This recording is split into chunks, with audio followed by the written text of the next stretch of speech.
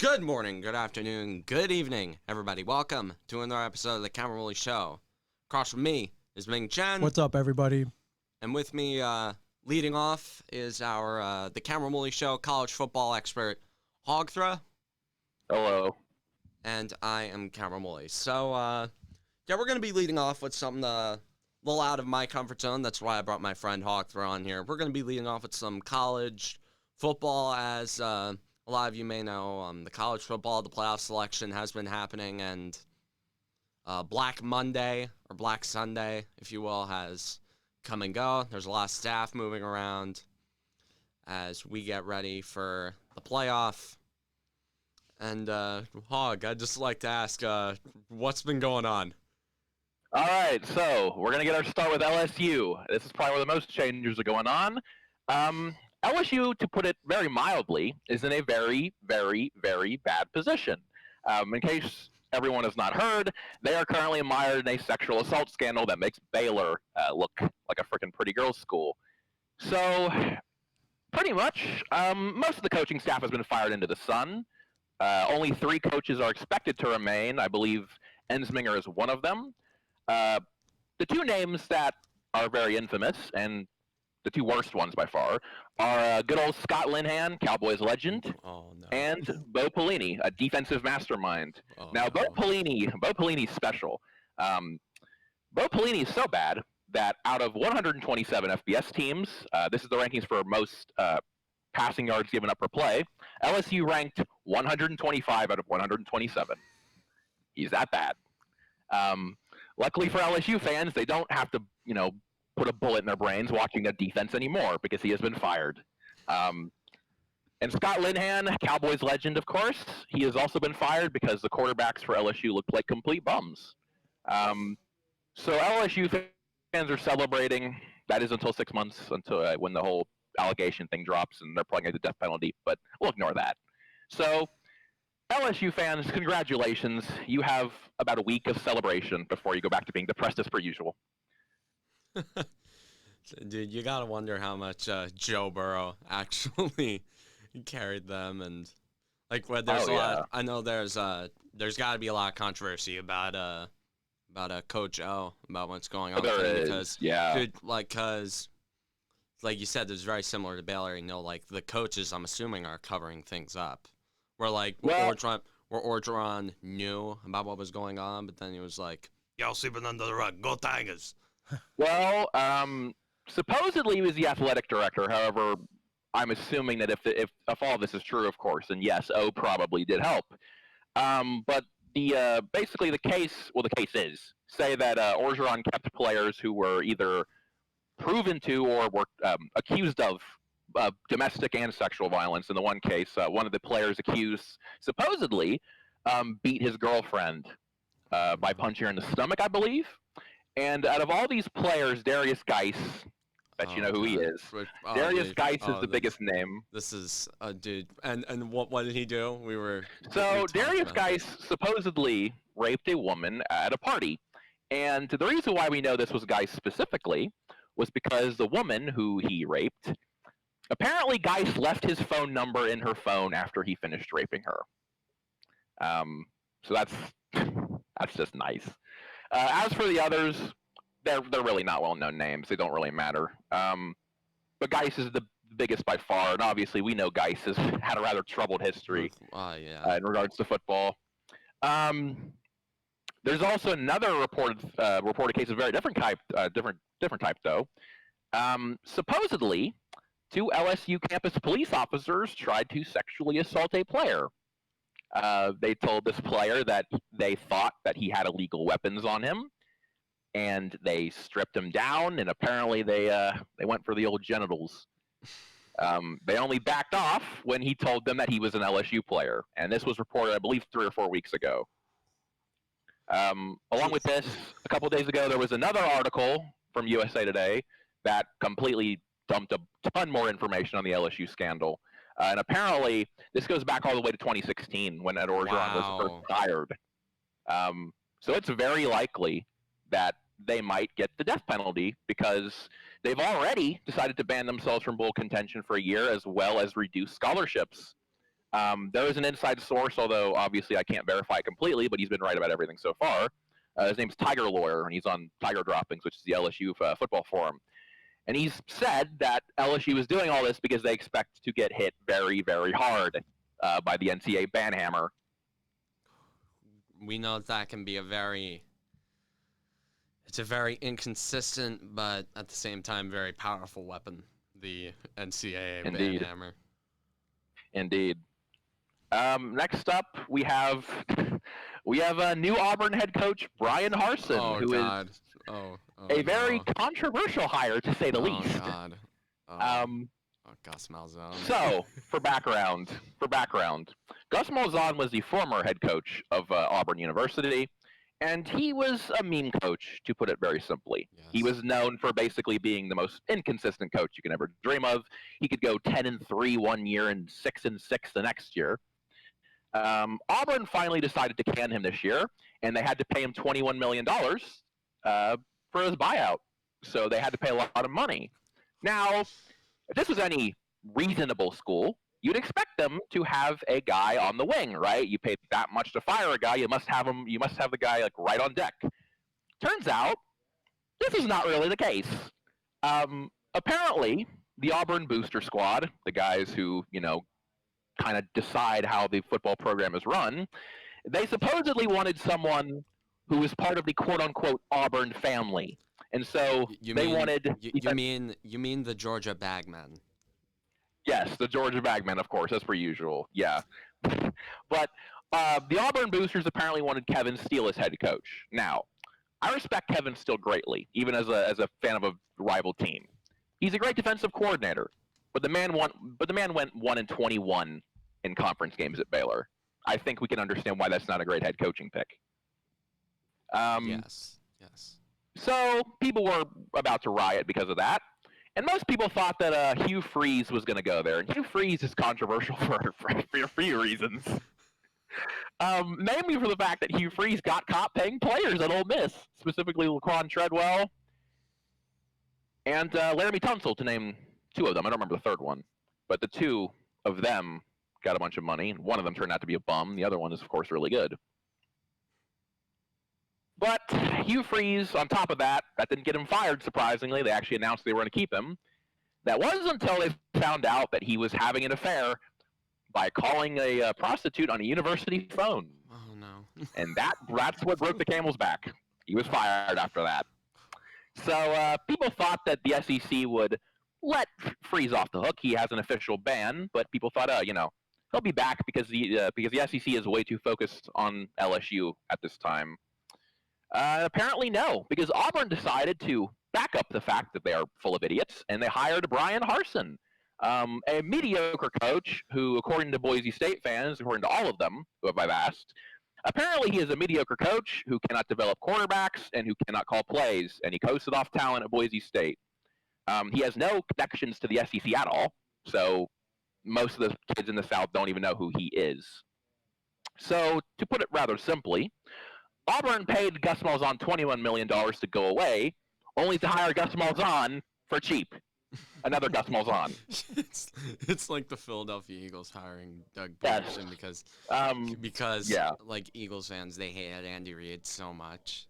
And then and then Chip Kelly was so bad that they ended up hiring Andy Reid's direct protege.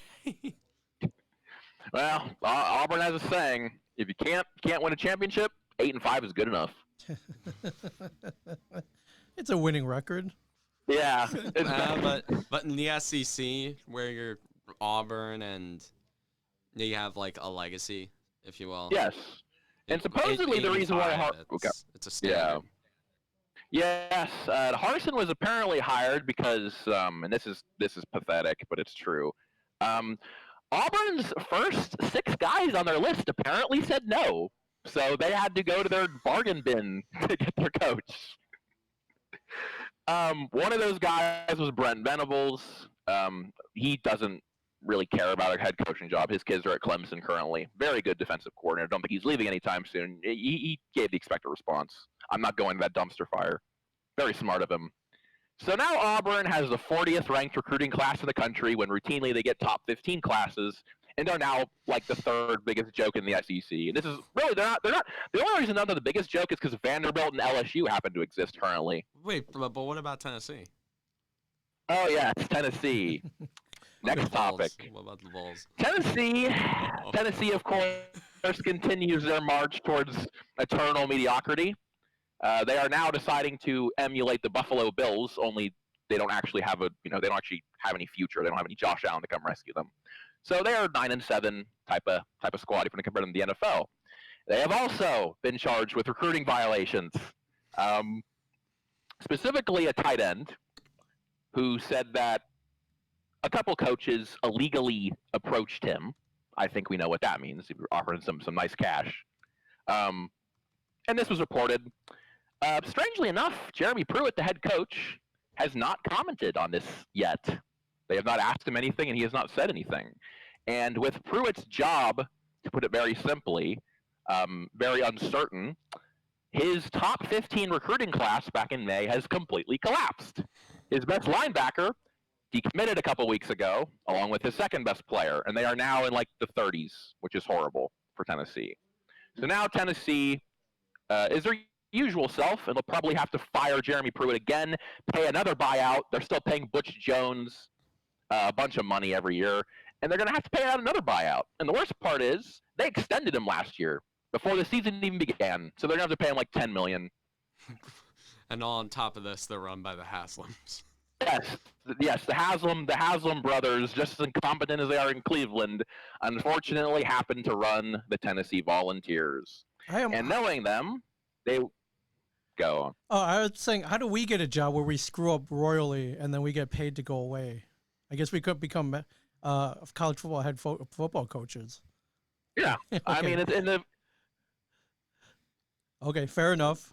The NCAA is very, very corrupt. Yeah. And the funny thing is, the best part is though, we're just scratching. Wait, and didn't Tennessee wasn't when Greg Schiano was on the market, then he ended up choosing Rutgers. Didn't Tennessee opt to go with Pruitt over Schiano? Well, here's the deal. Butch Jones had to be fired. Now, the Haslams originally wanted to go with Schiano, right? Fair enough. Well, here's the problem. When that was announced, the entire fan base decided to revolt, and they vandalized a bunch of things on the university, including their rock, where they spray painted, "Welcome to the Tennessee Browns." So, and this was in response to the fact that Schiano supposedly was in on the old Joe Paterno, Jerry Sandusky scheme, which he was kind of in that area at the time, but there was never any proof that he did anything. So because of this, the Haslams decided to panic, and first off, they hired good old Philip Fulmer, who really the best comparison I can give to him in the NFL is David Gettleman, only you can't fire him because he's a program legend. Oh, no. Oh, God. Dave Gettleman that can't be fired. Yes, he's basically like John Elway, only imagine he's like 70% more incompetent. Although John Elway, put some respect on John Elway as GM, first of all. Of course. He's built a Super Bowl team. That's a True. lot more than a lot of so-called incompetent GMs. Well, I mean, I guess the only incompetent GM that I can say that has won championships is Jerry Reese. Yes. Because he somehow ended up winning 2 Super Bowls. Yeah, I have a theory when it comes to Fulmer that the reason why he's doing so badly isn't because he's like senile or dumb, because he was a great head coach. I'm very convinced that he's doing all this on purpose to screw over Tennessee for firing him back in 2006. Because there's no way someone who knows football this much should be this bad at running a university program. So now Tennessee is stuck in hell, because until Fulmer is gone, nothing will change. Until Pruitt is gone, nothing will change. And the Haslams are always waiting in the back of the room, ready to strike and bring on another incompetent moron to run the program into further into the ground. Specifically, my personal theory, don't take this with a grain of salt, of course. My personal theory, though, is that when Pruitt, dives fully down to the dumpster, Philip Fulmer will, of course, take the blame, because they need a face of the team, so they could take blame when the Haslams run the program into the ground further. So they're going to take Fulmer with them, fire him, and they're going to hire good old Peyton Manning to fill his place in as athletic director because they need a new face of the franchise, so to speak. Next, this is going to be the best part. The Arizona head coaching situation. We talked about this. This is and this is the one where I'm actually kind of mad, even though I'm not an Arizona fan. So the Arizona Wildcats, to put it simply, are a complete dumpster fire. They lost 70-7. Yes, you heard that correctly. 70-7 to their main rivals, the Arizona State Sun Devils. Now, that's bad enough, but it gets worse because they're getting completely out-recruited and out-hustled by a guy whose nickname is Herm on the recruiting trail. But wait, it still gets worse because their athletic director is an incompetent nepotist who apparently likes to hire his friends instead of actually qualified head coaches. Mr. Brett Brennan, who is the head coach at the San Jose State Spartans, is a very good head coach. I mean, for God's sakes, he managed to make San Jose State a top 25 team. They're better than the Sharks currently. And he was expected to take the job, right? Cut and dry, really good coach for a garbage program currently. That did not happen because apparently the athletic director thought to bring on a man named Jed Fish, who is the Patriots quarterbacks coach, because the Patriots quarterbacks were so good this year. And no, it gets worse because they didn't hire him because of his credentials. No. They hired him because he's a friend of the athletic director. That's the only reason. So, to sum up Arizona, you fired a guy who got carried by Johnny Manziel and Kevin Sumlin. You get blown out 70-7 by your biggest rival on national television. You get destroyed on the recruiting trail by said rival. And now you hire a Mickey Mouse coach who has no idea how to actually coach. Mickey Mouse coach. Oh, man. But as you can see, people in Phoenix are just happy that the Cardinals are not total garbage this year, because if they were, I would feel very bad for them. Arizona fans have reacted about as well as you'd think. Not well at all. A bunch of the alumni apparently came out and said that the athletic director basically told them to fuck off, to put it simply, when they complained about this, because they did not want him, because he was not, he wasn't really familiar to them, and he didn't have the credentials. This is also a guy who has had 11 jobs since 2012, I think, by the way, so he doesn't stick around for long. So you have an unloyal guy who sucks at his job at quarterbacks coach because Cam Newton looked elite this year, in case you guys didn't see, apparently. And that's pretty good. I mean, look, I'll give Jed Fish credit. He sucked at his job in New England, and he gets rewarded with a head coaching job in Arizona. I mean, I got to give credit where credit's due. Yeah. I mean, I'm sorry. That's got to be great. You get promoted. Yeah, you get promoted. You get promoted for sucking at your job. Exactly. Yeah, you get promoted. That's the American dream. We got to get into this college game, man. Jed Fish. You fail upwards. Jed Fish is just too good right now. Just too good right now. Who knew? Oh, dude. The NCAA, in my opinion, is the third most corrupt sports organization in the world. Next to the Olympics and FIFA. Agreed. Okay. Yes. Yeah. Agreed. Yes, Jed Fish. Because I don't know how you can probably trust. Have a bunch of. I don't know how you can trust an organization that puts the biggest annual sporting event in Qatar. Yeah. A very, very well-run, uncorrupt country. And then the 4 years before in Russia, where they've tried to establish democracy 3 times and failed. That's normal, don't worry. Yeah, all good. It's all good. Anyway, on to our next topic. We have Don Brown, the Ohio State favorite himself. He is Michigan's defensive coordinator, and originally he was pretty good. A lot of people liked him. His defense worked. That was until, of course, teams actually started using their brain for once, and Big Ten teams figured out something very interesting. Hey, if we throw slants, their defense completely dies. So this led to what you probably think it would lead to. The slants, and eventually Don Brown tried to adjust. It didn't work because eventually he decided to blitz 12 people on second and long and third and short. That worked about as well as you think. It didn't work at all. And he's very aggressive, and people like that about him, but they don't have the talent this year, and it showed. They gave up a bunch of points to Ohio State. They gave up 70 points, I believe, 2 years ago to Ohio State with this defensive mastermind at the helm. Well, I mean, you said that John Brown was at Ohio State before. No, that's not what I was saying. Well, okay. I was saying that he's an Ohio State legend because of how bad he is at his job at Michigan.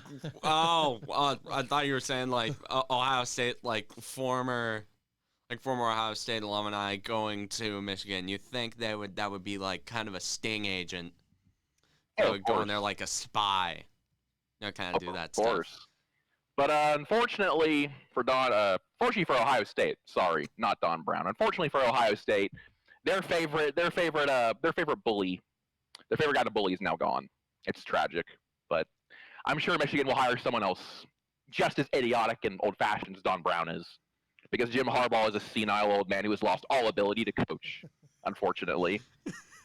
And just for reference, defense averaged 34.5 points per game, which is is rather high. Ranked number 56 in defensive yards per play. So yeah, elite. They're hard for reference here. Ming is a Michigan fan. Well, I went. Don Brown is elite. Yeah, class of '97, my friends. I went to nice. Michigan. I'm sure you're happy about the news, aren't you? I mean, listen. They got to do anything they do at this point is an improvement. So, yeah. Can Jim Harbaugh actually remember how to coach offense? That is the big question. Jim Harbaugh. That doesn't matter when you let the Rutgers QB throw for 381 yards and 3 touchdowns this year. Indeed. So, yeah, that should tell you everything. Very true. Very true indeed. So now Ohio State fans are sad. It'll be even more sad because Clemson's going to beat them by 50. But it is what it is. Could be worse, I suppose. So now the question, of course, for Michigan is what to do next. Now, it's pretty obvious that they're bringing back Jim Harbaugh because if they weren't, they would have fired him before Don Brown. So Jim Harbaugh is going to do what the college football classic, as I call it. He's going to do a Hail Mary, fire all of his assistants, and try and bail himself out with new guys. This has worked only once in the modern era, and that was with Brian Kelly at Notre Dame. So I suppose that Michigan hopes that something like Notre Dame will happen, where they go to the playoff a couple times and get the crap beat out of them by Clemson or Alabama. But it's a fair shot, I'd say. But we will see what happens. All right. At least he didn't lose to Ohio State this year. True. That's a very fair point at all. Yeah, you can hang your head on that. I'm not hanging anything on that for. Yeah. All right. So our next topic is the Florida sanctions and Dan Mullen at large, because, geez, has Dan Mullen managed to completely torpedo his reputation in less than a season. We started off the year pretty decently, actually. No big problems. And then the Missouri-Florida game came. And that game was fine for the most part. Just, one good team beating up on a meh team until the end of the game. Because somehow the players on the opposite sides got into a gigantic fight at midfield. Now, a good coach would go out to his guys and say, all right, look, just ignore what they say. We're better than them. We won. Who cares what they say to your face, right? Walk off the field. Pretty good, right? That's what, I hope we can both agree that that's what he should have done. Yeah. Now, Dan Mullen did not do that. Oh, no. Because instead, he decided that it would be a good idea to go onto the field and try and fight the opposing Missouri players himself. Oh, my God. He said that he did this because his quarterback was punched by, I believe, another team's offensive tackle. And he decided to intervene and tried to go onto the field and try and beat up a defensive end. So that's a great decision on his part. But it gets worse. Dan Mullen also had a lot of controversy for deciding to say outright that in the middle of a COVID pandemic, no less, His exact words were to fill the swamp up. He wanted to have full capacity in the middle of the pandemic. He got clowned on this comment, as he should have gotten clowned on it. Oh, yeah. And he was then forced to apologize, and he also got fined for this comment as well. But wait, it gets worse. Of course, his reputation's already pretty bad, right? People compare him to, every other douchebag coach. Very unlikable. Now we fast forward to the LSU game, and ooh boy, oh no, this is where the fun begins. Oh man, so LSU is horrible. Worst LSU team in 20 years. Easy win, right? Well, no, because Florida defensive coordinator Todd Grantham, in case you haven't been introduced to him, Todd Grantham has got the name Third and Grantham, and he gets this nickname because he gives up 3rd and 10s all the time. And he does two things in two specific ways. Both of them are art forms, okay? They're both equally trash, in an artistic way. So, play 1. He decides to blitz 12 people on 3rd and 10. The pass goes for 40 yards and a touchdown, usually. Completely normal. The second concept he uses is prevent defense. And these are the only two types of formations he uses. He doesn't do anything else, especially on 3rd and long. It's either always blitz 12 guys or prevent. No in between, no shifts or anything like that. Nah, just either send all of them or send none of them. It'll work every time. Now, to put on Todd Grantham's defensive mastermind and his genius at work, I think his best work was during this Florida game. Not only did he give up 47 points to the worst LSU team in 20 years, 37. An LSU team whose quarterback's coach was Scott Linehan. The aforementioned one of his Cowboys quarterbacks. Legend. Yes, Cowboys legend Scott Linehan. One of his players named Marco Wilson, after getting a stop on 3rd and long for once in Todd Grantham's career, he actually got a stop on 3rd and 10. His player decided, you know what? What if I throw a shoe 20 yards down the field? Now, no harm, no foul, right? Well, no, because he got penalized for unsportsmanlike conduct. And once again, this can't be that bad. It's, near midfield. They're going to have to get a long touchdown, right? Well, no, because the following happens. So LSU is at the, I believe, 48 or 49 yard line, their own. They do a running play for about 4 or 5 yards, and they have to do a field goal.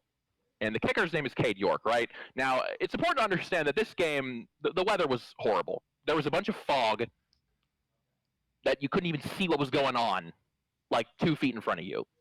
Not even to mention that because of this fog, there was a gigantic stadium light that was pretty much, glaring through the mist. And Cade York had to hit a field goal from 57 yards with this fog and the light shining in front of his eyes. A 57-yard attempt. He nails it down the middle. With the light in his eyes and the fog in his eyes, he nails it right down the middle. It's right down the middle. That might be the most impressive kick I've ever seen in a football game. Like that. It is. Because if you think about it,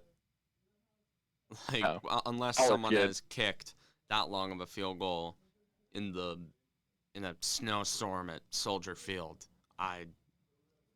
you'd be hard pressed to find a field goal as tough to hit as that. It gets better though. No, it gets better because Florida decides to, Florida actually has to score a touchdown to win and a field goal to tie, right? So either way, go to overtime or lose. So, this is a big game because if you lose, you're pretty much out of the playoff. So Florida drives down the field. They get to midfield. Now, they actually have a lot better field position than LSU did. And they have about 3 seconds left, so they have to set up for a 51-yard field goal. Now, this one's actually quite a bit easier than the other one. It's less yards away, and there's no light, but the fog is still there. The kick is up, and it misses wide right. Florida loses to the worst LSU team in 20 years. Now, after this loss, of course, Dan Mullen was asked about his players' behavior, And Mullen said that really Marco Wilson didn't do anything wrong. He was just happy. And when they asked him about Todd Grantham's defensive genius for giving up 37 points, Scott Linehan's offense, he said, "I think he did a pretty good job." So, Florida fans are to put it mildly, very, very, very mad. So that's kind of the backstory to Dan Mullen's rise to infamy. But now, according to the latest news, he's also been indicted for recruiting violations because supposedly he did the same thing as Tennessee did. He approached players with the green, and he offered to pay them. Man. You gotta love college football. Oh, I do. The SEC is a dumpster fire this year. Complete dumpster fire. I mean, Auburn and LSU are about to burn to the friggin' ground. Florida's a meme as per usual. Everything else is going all right, but there's a bunch of schools. Oh, yeah, Tennessee is run by the Haslams. Vanderbilt is Vanderbilt. Vanderbilt, yeah.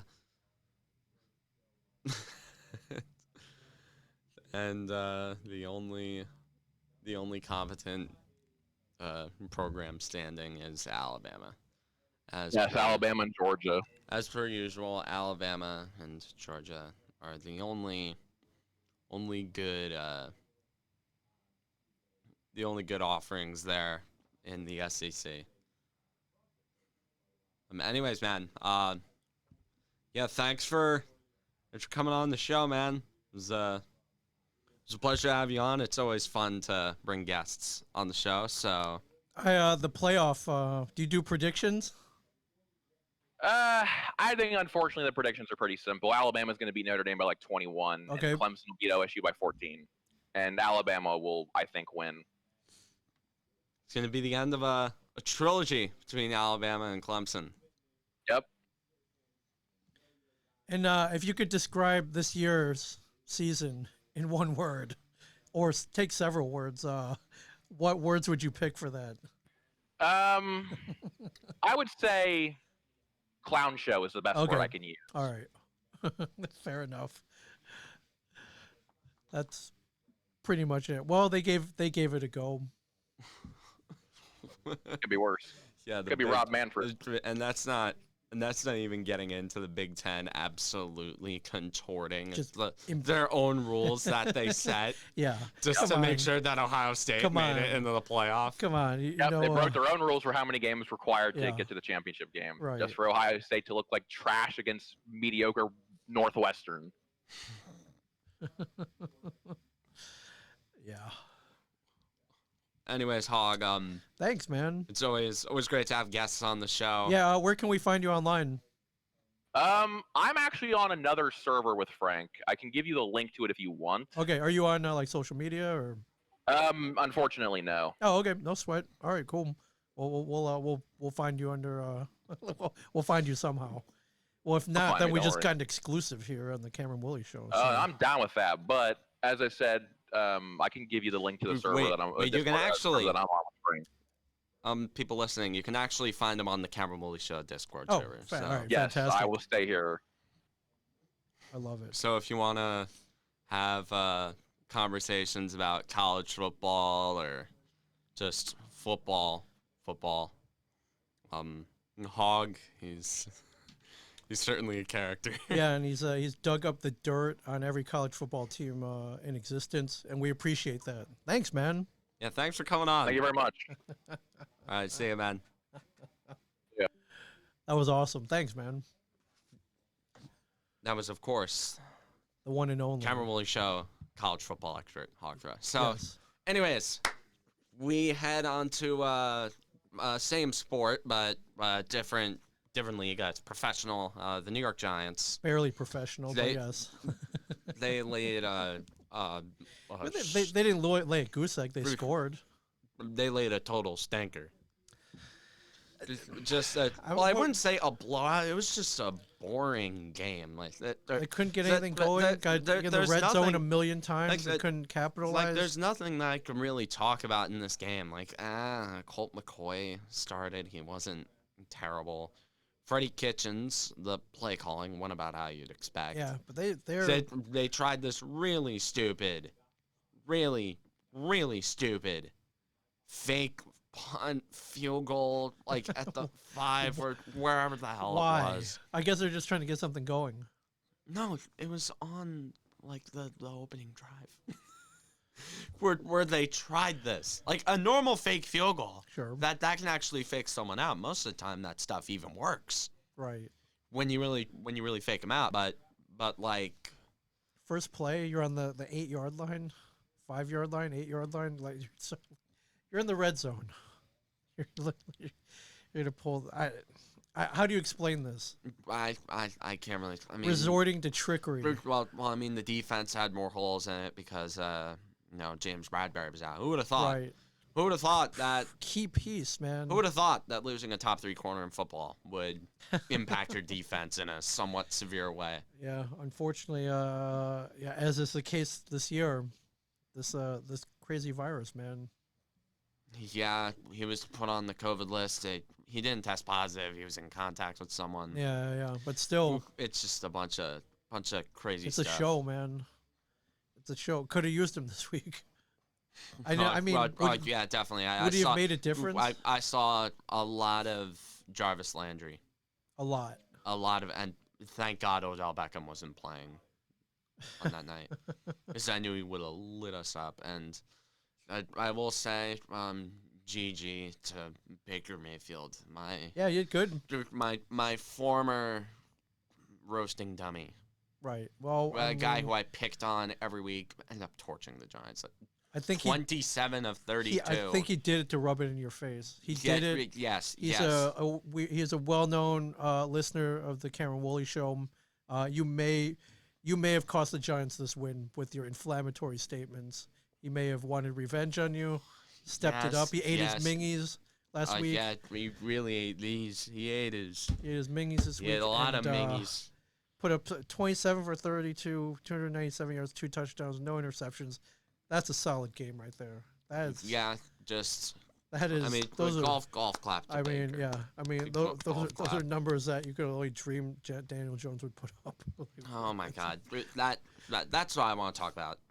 I've been hearing a lot of hoopla and excuses about hullabaloo about hullabaloo. Okay. I don't know, whatever generic old-timey okay, way to go. Whatever old-timey word for bullshit. Way to kick it old school. Whatever old-timey word for bullshit. But yeah, cutting through all that, what do you have to say? Well, one thing that I've been with first of all, I'd like to congratulate James Bradbury and somehow Evan Engram on becoming Pro Bowlers. Somehow. What? I mean, I don't want to interrupt, but you brought it up. I was like, when you see that come up on probably Instagram or Twitter. Yeah, I saw it come up on Instagram. I'm like, they have the photos of them, being awesome, and they're like, I think it said congratulations, right? Yeah, like congratulations, James Bradbury and Evan Engram. I'm like, what? Like, you serious, Clark? These are the best two that they could. These are the best two that to represent the New York Giants. The New York Giants. When there were at least 3 guys on this defense that deserved a spot more than Evan Engram. Hell, Blake Martinez, he's been fantastic. Logan Ryan, where the hell is he? Right. And especially massive robbery of a Pro Bowl spot from former Jay and Silent Bob's Secret Stash guest, Leonard Williams. Seriously, MVP of this defense, in my opinion. Bradbury. Okay, besides Bradbury. Bradbury's probably going to make at least the second team All-Pro. Right. Or at least, in my opinion, he should. Yeah. I have a soft spot for Leonard Williams because he agreed to take a photo with me, but, so I might be biased. But no, the guy's been beyond solid this year. A bright spot, if you will. And on a solid Giants defense. Yes. But I'd like to talk about, back to my original plan, I just wanted to put that whole Pro Bowl spot in Okay, yeah, continue. There's been a lot of talk about Daniel Jones. Yes. Joe Judge iterated that he's going to be the guy still in 2021, and personally, I don't know how to take that. There's a lot of coaches and GMs. Sometimes or most of the time, that might just all be smoke and mirrors. If anybody's not aware, Zach Wilson at BYU is completely balling out this year, and I'm a big fan of Zach Wilson. I personally think that the Giants should take Zach Wilson. Right. Because I don't want the Giants to end up in a Mitch Trubisky, Sam Darnold kind of situation where management has so much blind faith in a quarterback who has some upside but never breaks through. Right. Like, you know what I mean? They just keep hitting that ceiling. Right. How much of a leash do you give this guy? They're giving him a leash that's way too long. Right. I mean, Gettleman could be fired. The next guy that comes in could take Zach Wilson, which I'd be thrilled. How likely is that to happen? It's not likely. Yeah. Dude, 5 wins is probably enough for Gettleman to stay around. And this defense has been performing well, yeah, which is going to end up biting us. Well, I mean, didn't you say last week that you like to see improvement, and it's improved from last year? Well, a lot Didn't you say progress, right? You like to see progress? That's technically progress. I have seen progress from the defense, but sure. But still got to score to win. My whole gripe with this comes with the fan base. Okay. And you know me, I am not afraid to take shots at my own team's fan bases. It's kind of a big part of my character, in my opinion. That's what sets me apart from a lot of other podcast hosts on the internet. However, I bite the hand that feeds, if you will. Sure. Most of the time, and I'm not afraid of it. Sure. I'll tank viewership for it. Sure. I just need to say it like it is. That's called integrity, my friend. Like Daniel Jones, I've been seeing a lot of this from the fan base, and I'm seeing all over Instagram, and it's just so ridiculous. They're saying, oh, he just needs a proper system. He needs a proper offensive coordinator. He needs a proper offensive line. He needs a proper running game. He needs proper receivers. And meanwhile, I'm sitting here just like very puzzled. First of all, I'm confused and I'm annoyed. But mostly I'm confused. I'm puzzled. Because this same exact fan base was talking about, like, in 2016, about how Eli Manning was like the Antichrist.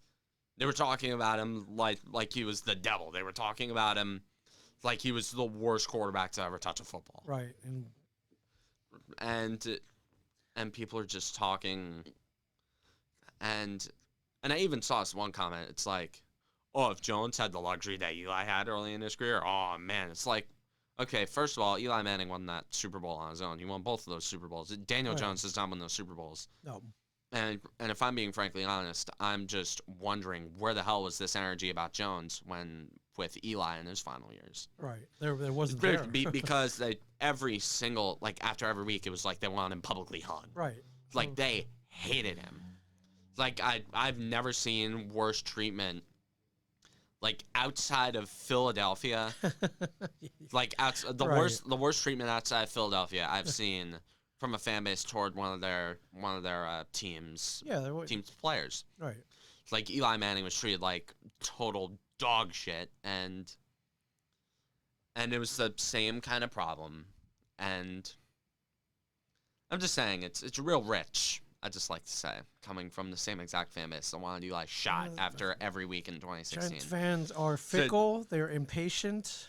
They expect results. No, they're being super patient right now. Well, saying, oh, Danny's the guy.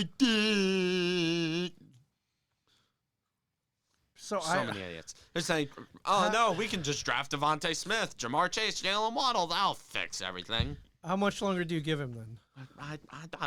He might. Is he even going to play? My point is he even going to play the rest? My point was here. Right. With Jones. Okay. We're here. Okay. We're here. I mean, we've already crossed that line. Sure. If Eli Manning, okay, I just like to. You don't need to pull them up, but I'm gonna pull up Daniel Jones's numbers. Okay. From this year. They're not good. Yes, they're not good. It's the light way to put it. Is there any point in letting him play anymore this year? Okay, so Daniel Jones, 62.6% completion percentage, and not bad. 2,462 yards, 8 touchdowns, 9 interceptions, 10 fumbles. Yes, you got to mention that. And 5 fumbles lost. If Eli Manning put up these numbers in 2016, this fan base would be wheeling up a guillotine to his driveway. Oh, sure, yeah. They would have burned his house down. Oh, my God, dude. I'm saying, look at these numbers. Oh, my God, dude. I'm just wondering, like, with Jones, say what you want. But Eli Manning, you can drag him out of retirement right now. He brings his team to the playoffs. I'm sorry. Oh, in this division this year, yes, absolutely. In this division 1,000%. this year, absolutely.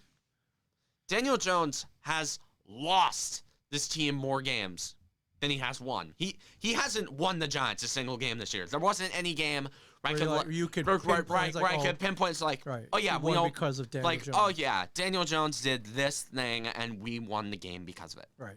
No, I agree. So, but I can name at least 2 games out of like a drunken stupor about where Daniel Jones makes a costly mistake or he just played like ass the entire game. And I can pinpoint, it's like, oh yeah, Daniel Jones is on the bench that game, the Giants win. Right. There were so many times where Eli, even in his later years, won the Giants a few games. Hell, even in 2018, he won the Giants a couple games. Yep. 2017, well, there's not a lot of games to pick from, but I mean, Eli, he still had a positive touchdown and interception ratio, which is more than I can say for Jones right now.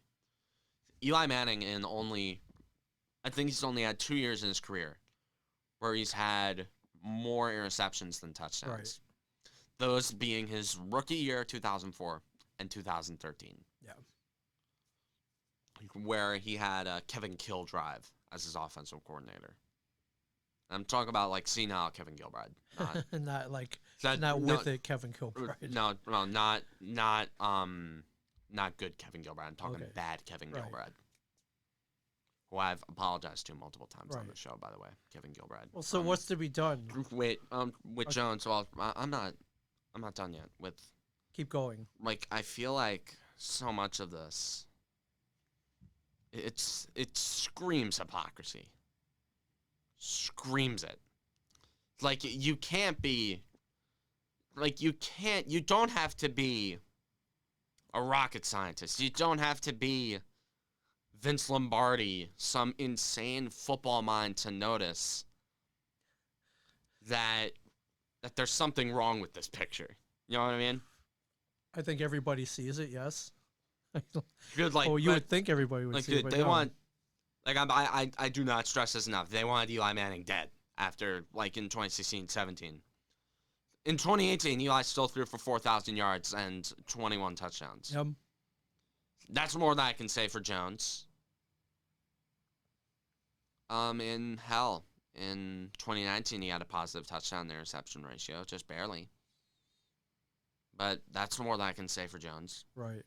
In 4 games, he had 6, in 4 games, he had 6 touchdown passes. That's more than I can say for Jones this year. Or it's a way thinner, rationing, if you will. It's just, if this energy was there when Eli was in his final few years, then I feel like stuff would have gone somewhere. Because I'm assuming fan opinion at least has some kind of influence in the front office. If an organization that has supposedly stood up and well run like the Giants at the time, of course, because Gelman completely kind of butchered that, but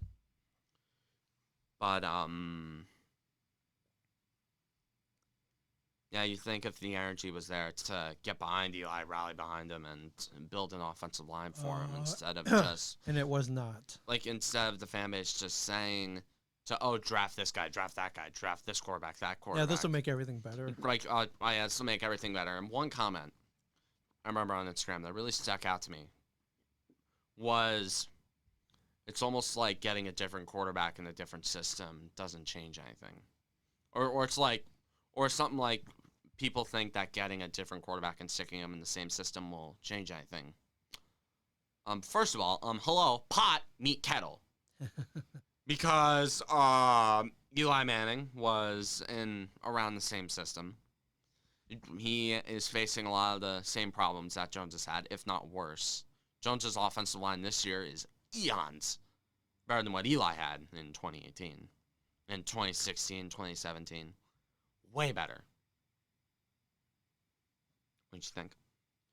And, okay, I'd just like to say, instead of Nate Solder and Eric Flowers protecting his blind side, he would have had Andrew Thomas. Right. So, if anything, Daniel Jones is in a more luxurious situation than Eli Manning because, you know me, I don't think wide receivers impact the overall flow of an offense that much. You get what I mean? Just... Yes.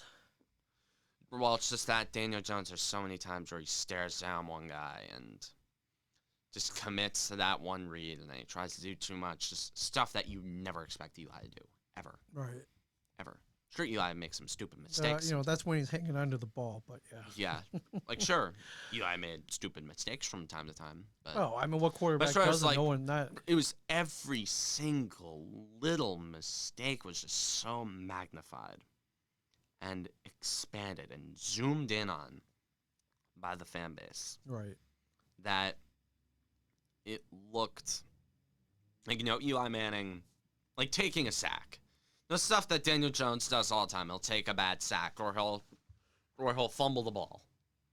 Eli Manning could just take the sack, the fan base look in on it, zoom in on it, enhance it, scrutinize it, and then say that, oh yeah, that's the reason he needs to go.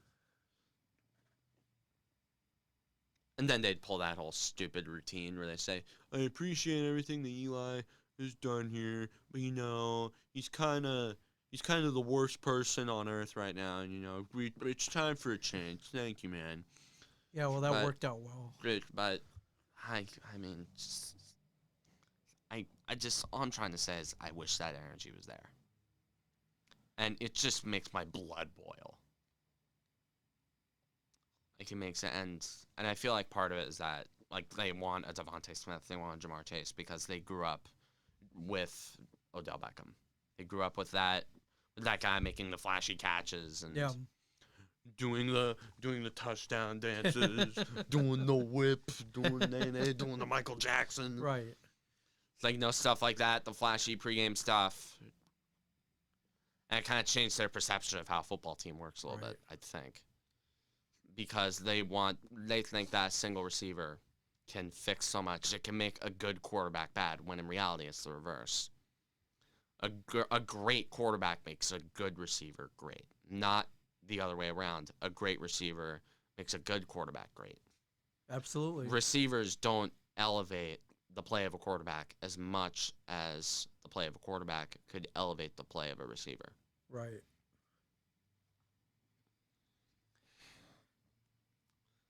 Yeah, just. With that being said, Giants technically still in the hunt. Oh, shut the hell up! Come on. Dude, shut Technically, up. I'm saying technically. Mathematically, they've not been eliminated. Hey, they're not the Patriots. Hey, still got 2 games left. Now, I mean, this game coming up is pretty tough. I guess. And yeah, and they got the Cowboys left too, which they're no pushover right now, but technically. Okay, the Cowboys are winning themselves out of a good draft pick. Every win is a loss to them at this point. Right. Every Cowboys fan I've talked to wants them to lose. So they may tank that last game then. Who's gonna try to tank even more this last game? What's this last game gonna be like? It's gonna be some very bad football. Very bad football. Yeah. That's all I can say about that. It's gonna be very bad. No mistakes. So many mistakes. And don't look now, but the Cleveland Browns are they're only game back of the AFC North lead. Right, and not only that, with Pittsburgh to go in Week 17. Yeah, they're behind Pittsburgh, which is, I mean, talk about a collapse. I mean, My God. The only thing right now being worse than a Giants fan is being a Steelers fan. Like, come on, man.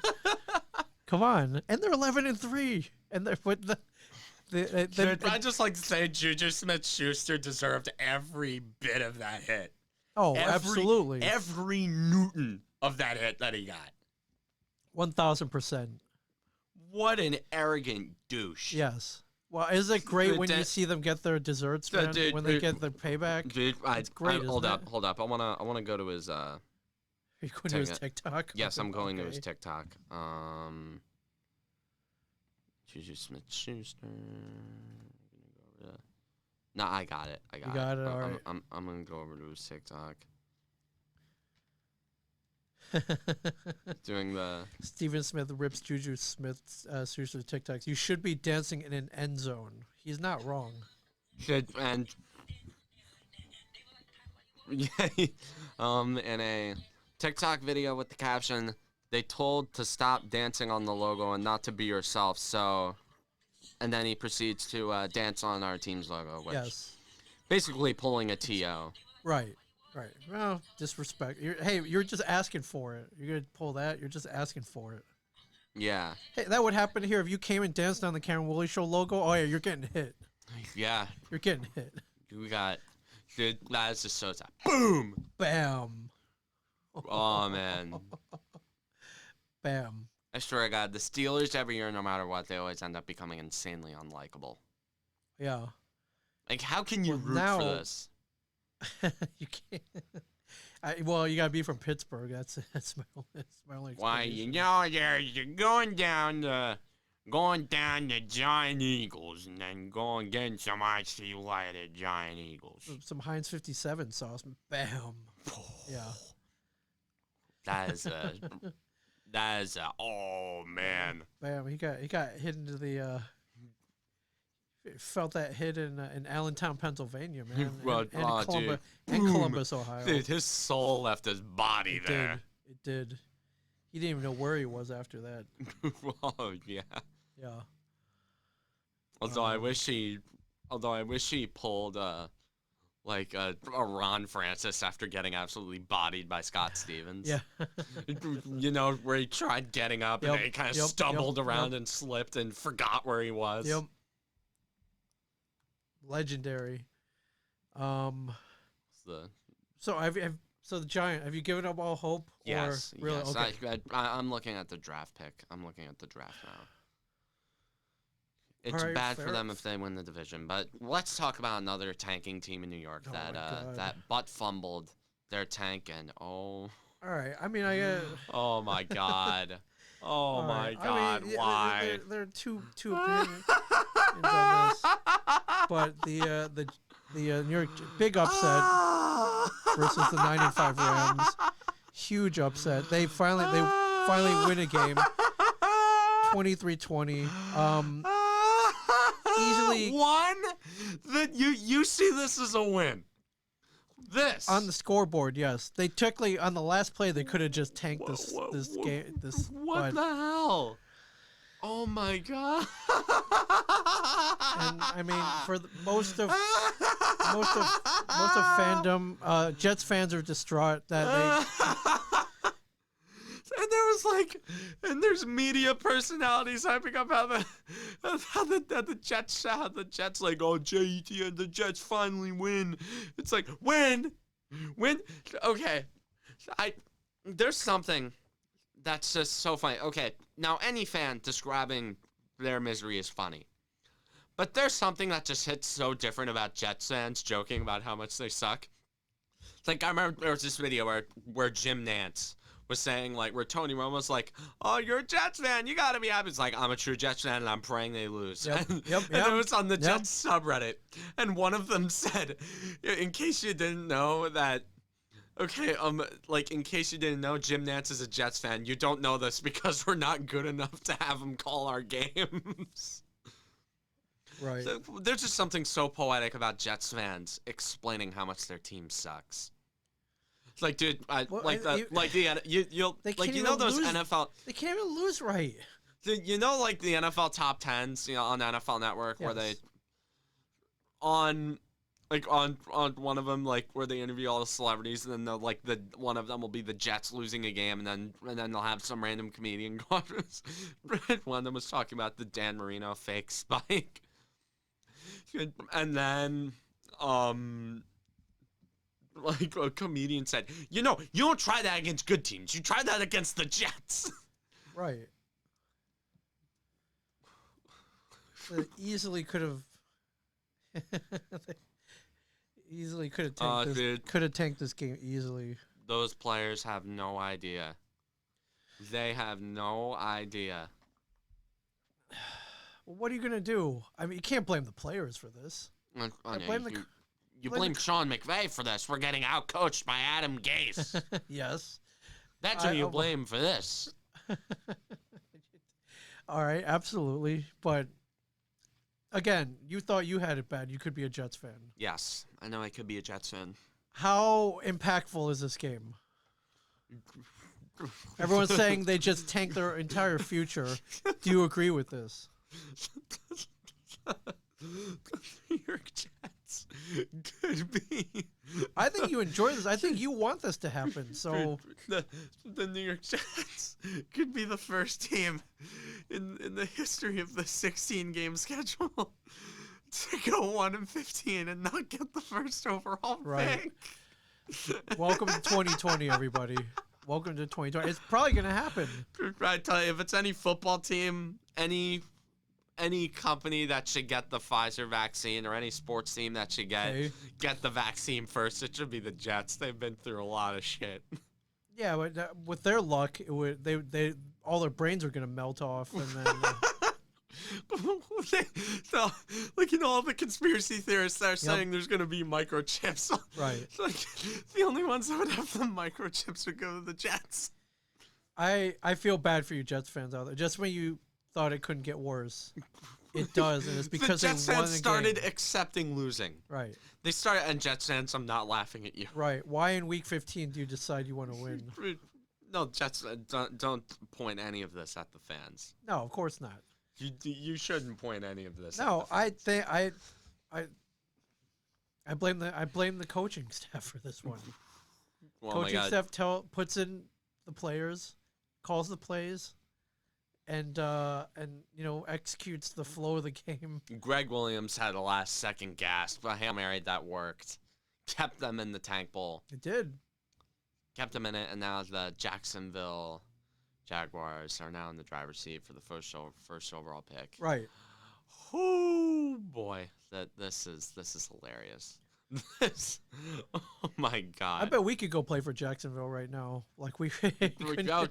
You could suit me up on there. Yeah. I'll roll over. I'll blow coverage. I'll miss catches. I'll dude. Have me play running back. I'll throw interceptions. Like, what do you want me to do? I'll do it. Like, yeah, I bet I'll do it. Yeah. You want me to get killed on? You want me to get burned? Yeah. Well, not only will I let it happen, it will happen because I shouldn't be out there. But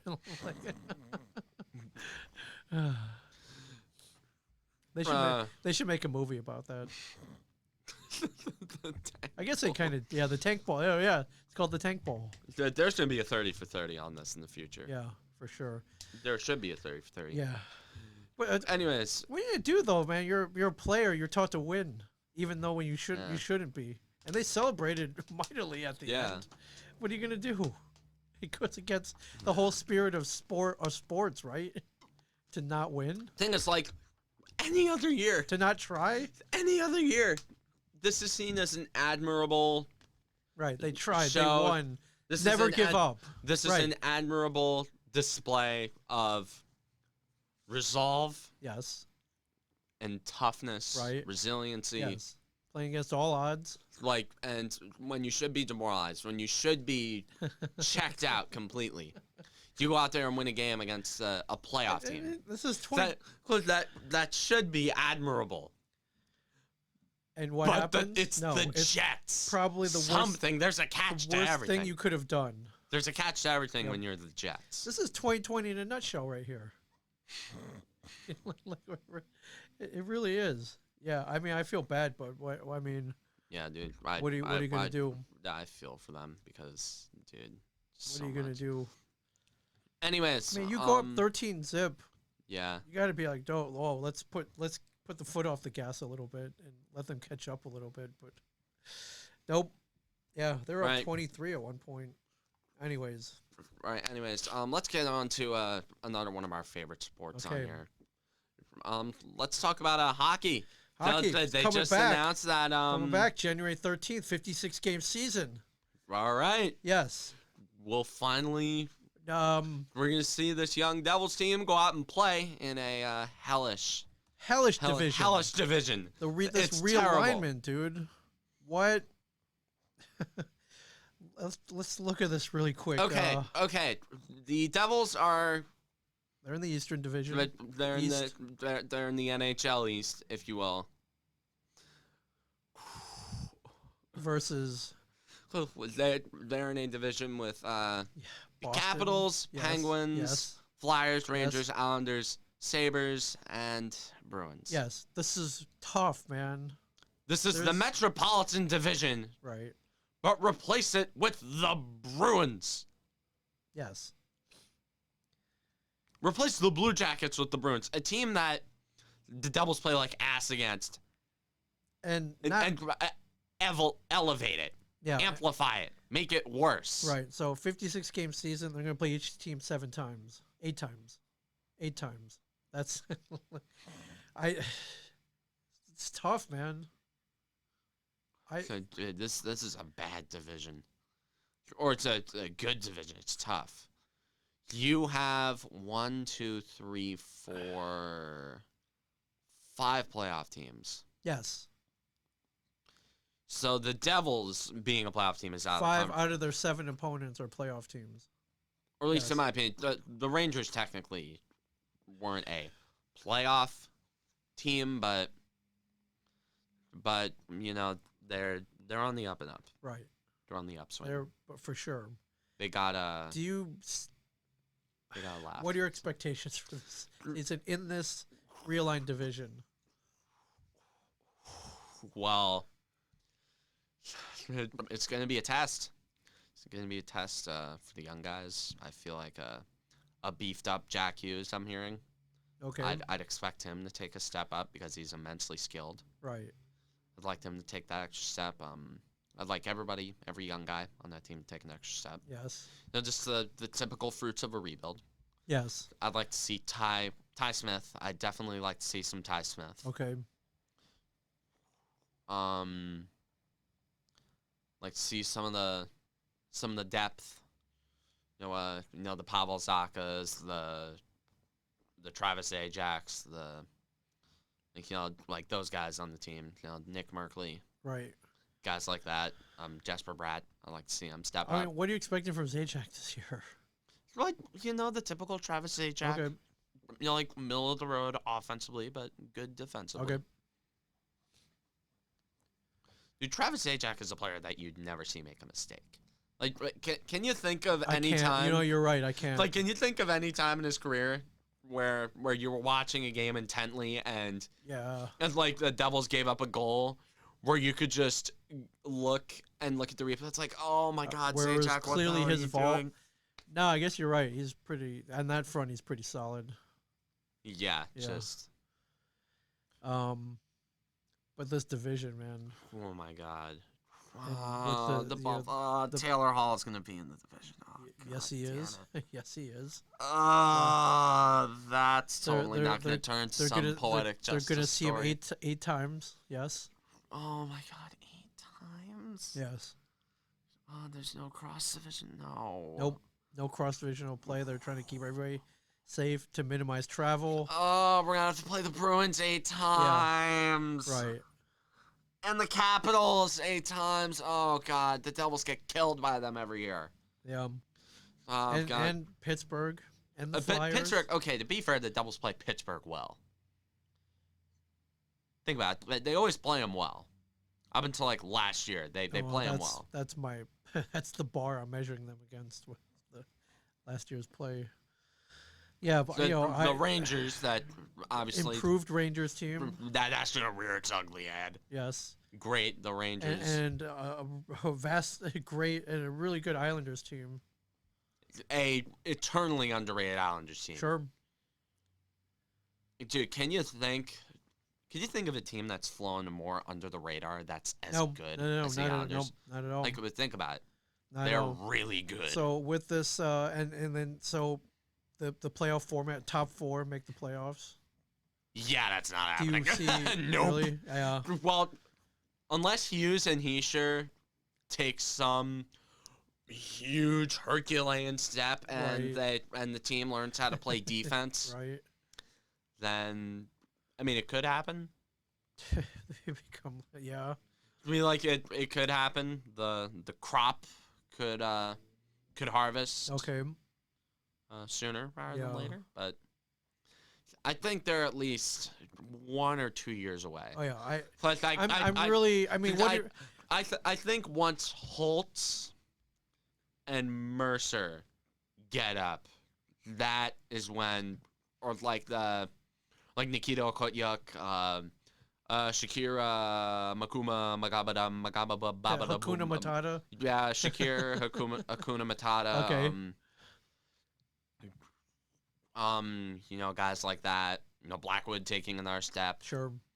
Great news on that front. Yes. Mackenzie Blackwood was a restricted free agent, and the Devils recently extended him. Nice.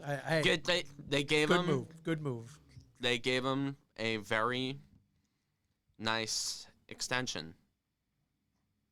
Oh, and the schedule just got released for the Devils, and Okay. January 4th. It's opening night against the Bruins at the Rock. Oh, great. 2 games against the Bruins at the Rock. Yeah. Well, I mean, what? All right, they're starting the season 0-2. What? Fantastic. I mean, what? Great. And then the 3rd game is against the Rangers at the Garden. So Right. that's 3 losses. Yeah. So they start Thursday, January 14th. They're going with a baseball format here. Yeah, I like it where they group everything together. So You play sets, if you and will. you have some back-to-back games too. Back-to-backs. That's where Corey Crawford's going to come in handy. Right yeah, there. look at this. Sabres, January 30th, 31st. Devils play like both ass away. in Buffalo. Well, not great. They have to play like ass twice in a row then. I mean, some of these do have some gaps in them, good. though. 2-game set at the Garden. The Boston Garden. Yeah. I kind of like this baseball format, though. It's like, all right, Well, we'll get you next game. We're gonna get you. We're gonna get the split. It's like we're gonna be talking the Devils just played in a 2-game set against the Washington Capitals. Wait, here's my all right. The Devils, they split the series against the Capitals. Here's my question.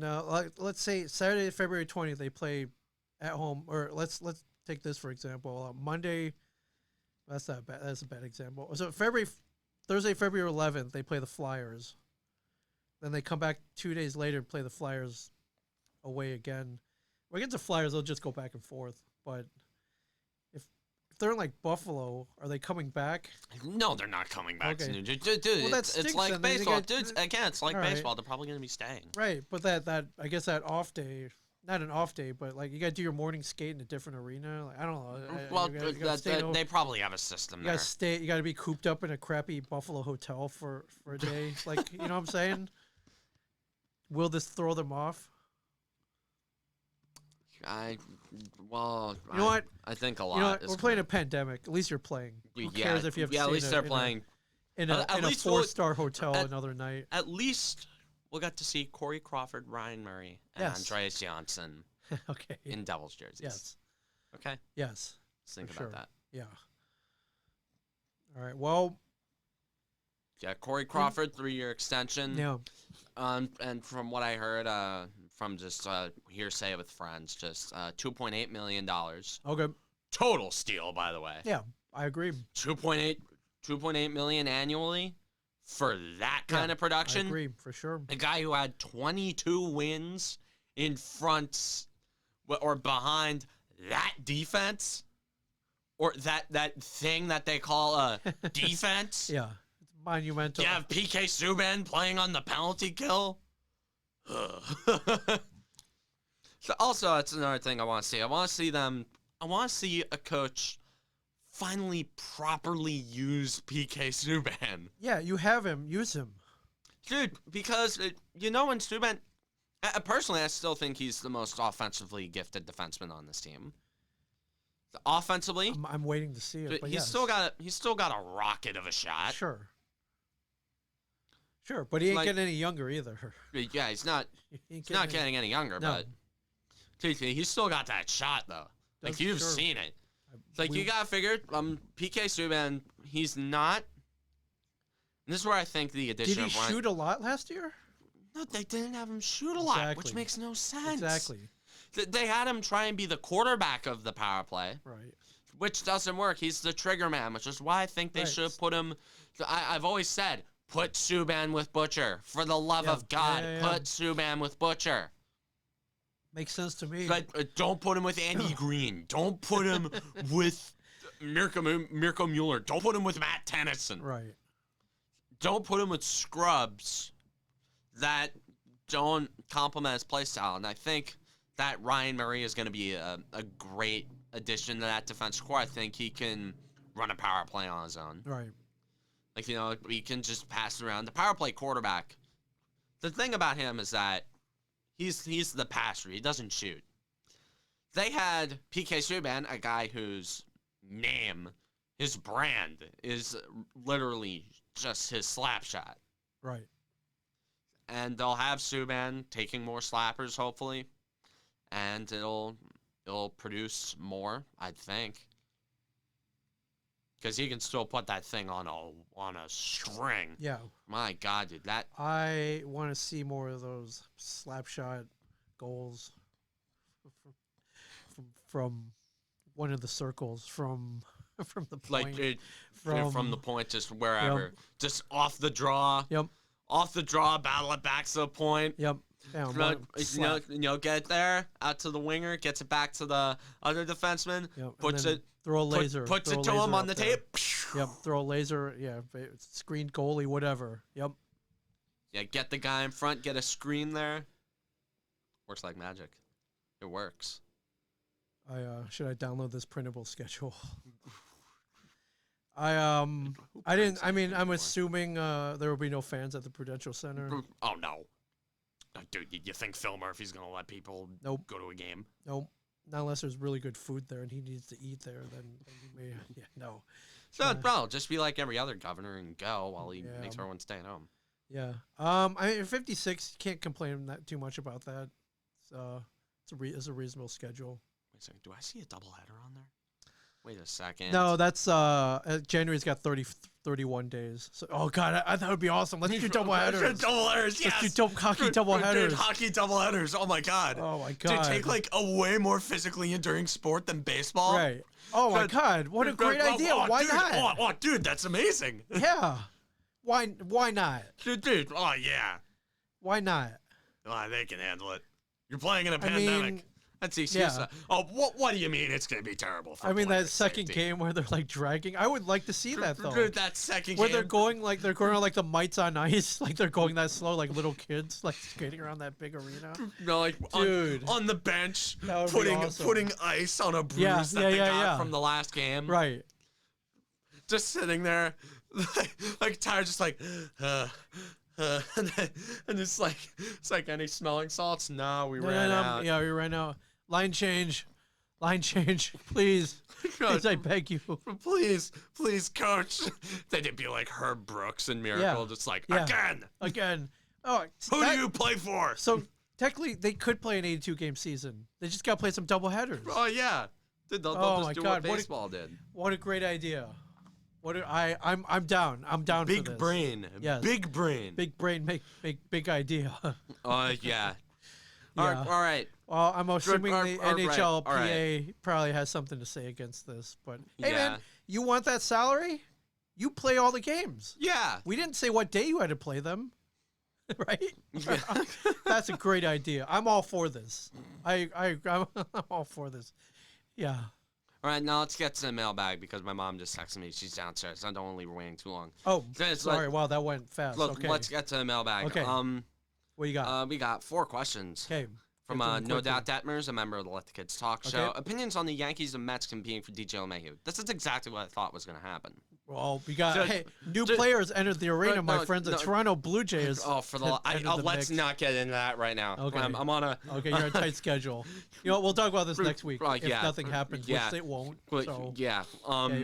This is exactly what I thought was going to happen. I said that LeMahieu was going to. You know who's going to win in all this? DJ LeMahieu. Yeah, DJ LeMahieu's going to win. Although I don't think he's getting the $125 million. He's nuts. No, he'll get the 100. Just depends on which team. He'll probably get the 100. It's just a standard.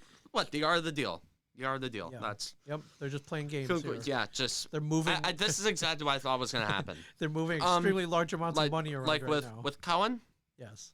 I think that if he'll pick up LeMahieu, which I think it's more likely than not, it would be the great move to cement yourself in trust of the Mets fan base because the Mets have the most petty fan base in all of sports. And I'm a Devils fan. I'm around petty fans. I don't know, man. I've been around Red Sox fans for a long. I'm talking about pettiness. Petty? I'm talking about pettiness, not just general unpleasantness. Okay, fair enough. Well, like, dude, if it's one thing that would make Mets fans absolutely fall in love with Steve Cohen even more, is if he poached the Yankees MVP. Yes, which he is perfectly capable of. He's got the money. He'll agree to the terms. He'll overpay. Yeah, absolutely. Yeah, that's my whole opinion on the DJ LeMahieu thing. Okay. It's from former Cameron Wooley show guest Mantic. Okay, Mantic. Who would you rather face in the playoffs? Browns, Dolphins, or Colts? Assuming you're in the AFC. Being honest, I'd rather face the Browns. Because the Colts are a well-rounded football team. They are. They're a wagon. The Dolphins, have you seen that defense? Yep. Tua's great. Devontae Parker. They got some good guys over there. Agreed. Meanwhile, the Browns, they're good. They're a sound, well-rounded team, but they have holes. They have a lot more holes than these two teams that I'm mentioning here. I'm not trying to say that the Browns are bad. I respect the Browns. No, you know what? I love that they're good. You know what? I love that the Browns are good. You can look right here at this point differential. They're -6. I think that's very telling. Yeah, that's very telling. There's flaws. Exactly. There's flaws that can be exploited by good coaching and good talent. I believe that's what that will tell you. Anyways, this is from Hogthra. Who do you think will get the 4th overall pick in the NFL draft? This is weird. There's so many players for this. As of right now, I'm going to scroll down a little more. As of right now, the Houston Texans hold the 4th overall pick. They have Deshaun Watson. They're not getting it. The Carolina Panthers are probably going to squeak out a win. They're too well coached. They're not getting it. The Atlanta Falcons, I could see them getting it. Yes. The Philadelphia Eagles, they have too many winnable games left. San Francisco 49ers, I don't know. They might be a dark horse. Well, the New York Giants have one guaranteed loss on their schedule. They have the Ravens. Sure. They're going to get their asses kicked. Right. And then they have the Cowboys, who yes. we don't know what's going to be happening right. there. The Cowboys might be in play for the division. We don't know what's going to happen with the NFC. So for this 4th overall pick is the race of the season, man. If I had to put money on it, okay, I'd say the Falcons. Yeah. Because they're bad. They are bad. And the Texans are too good. They have Deshaun Watson. Yep. Carolina Panthers are too well coached. The Eagles, they have Jalen Hurts. They're riding that momentum. The 49ers, I think they have at least 1 or 2 more wins than them. Yeah, the Giants couldn't be in play, my friend. I mean, the Giants. They could be in play. I mean, 5-11. If that gets it, I mean, I'd like it. I'd really like it. That would say like Micah Parsons is on the board, right. or Zach Wilson, yeah, or like Devontae Smith is not in the conversation for. Anyway, so this leads in my next question from Hollow, fellow Giants fan, Hollow. my good friend. What do you got, Hollow? Who do you want the G-men to take if Parsons is on the board when it's time to pick? I have I've thought about this. I've had conversations with many people about this. Depends on the spot, because at number 4, Parsons most likely is going to be there. Number 5, Parsons most likely isn't there. But dude, number 5 is probably the worst spot, because any need that the Giants have, it would be a reach. It's like Gregory Rousseau, really good pass rusher. Not worth the 5th overall pick. Devontae Smith, potentially game-breaking wide receiver. Not worth the 5th overall pick. Jamar Chase, great wideout. He's going to be really good. Not worth the 5th overall pick. It's kind of a weird situation, but if Parsons isn't on the board, I'd probably have to go with Rousseau. It's either Rousseau or Smith. And if we're really stretching, Zach Wilson. I'm talking about in the realm of reality.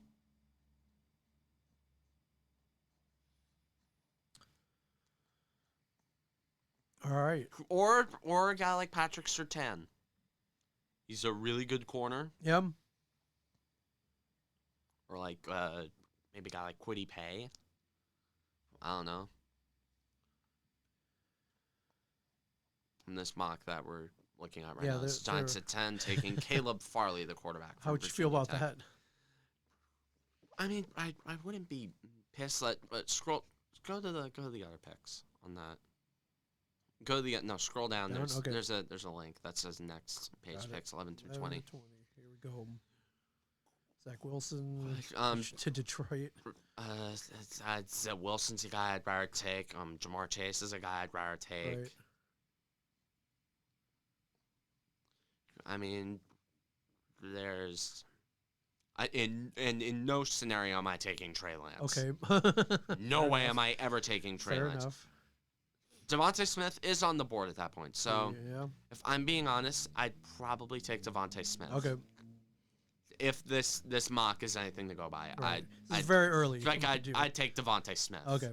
It's very early. I'd take Devontae Smith at 10. Got it. Okay. Anyways, yeah. Happy holidays, everybody. Yeah, running Merry Christmas. Yes. Merry Christmas to everyone.